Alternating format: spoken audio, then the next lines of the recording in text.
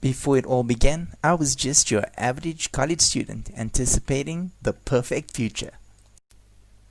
I studied, went to class often, ate correctly, made sure to get enough rest, I got regular exercise, and I hung out with my friends. I particularly loved sports. It wasn't for the fame, I just loved competing and pushing myself to be better, hoping to be an inspiration to others.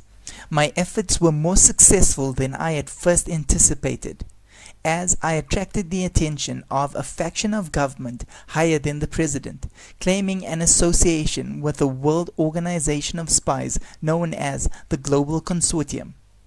This faction dealt with world-threatening situations. They answered and were instructed by a panel of alpha leaders, former presidents, judges, charity founders, and billionaires that were billionaires for more than 10 years without having any children. I fell to the floor with laughter. I chuckled mainly out of fear. I had been approached by a rather large, well-built man with muscles where muscles just don't grow, dressed in a futuristic black leather outfit, in a public bathroom. I thought he would soon kill me. Just then, I assume, signaled by a change in the color of the water, a serious-looking female agent approached from behind him, corroborating the story.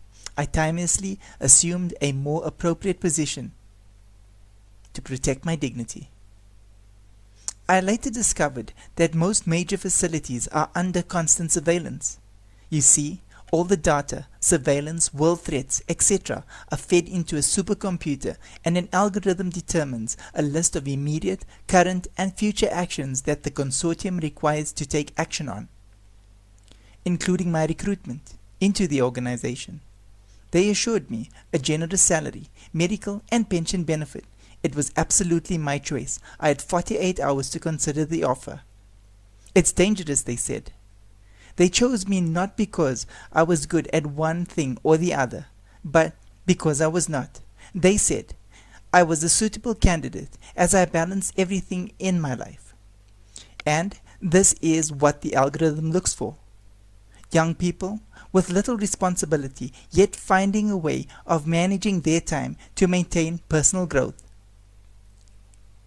If you spend all your time making a huge effort in one direction, you lessen your knowledge of other important things. They assured me plenty of training and missions are drafted according to skills-based matchmaking. Hence, I will learn both on and off the field.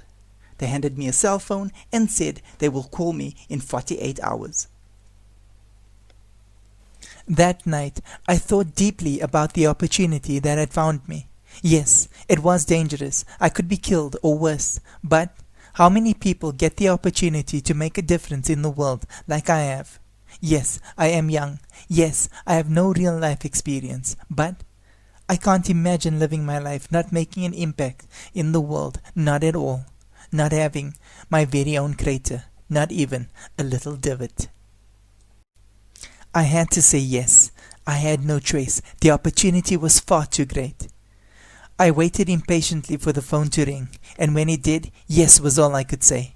In minutes, I could hear the sound of a chopper overhead. I was off to become a world shaper. The training was tough, though I can't say that it hadn't saved my life countless times. Many missions, many countries. I helped bring joy and hope to so many faces. Many times not even receiving a thank you, but knowing that a life was changed, help was given, was enough. Years went by. More and more missions. I saw the smiling faces, but the dead ones began to haunt me. They too found a place in my heart. So many angry faces, yet there were ones that looked destitute, confused. Through the bravado, they seemed just lost. I really didn't know anymore, but I had to stay on mission to stay alive. I retired, an old, broken man. I can't say in my line of work I had not only been physically scarred, but emotionally too.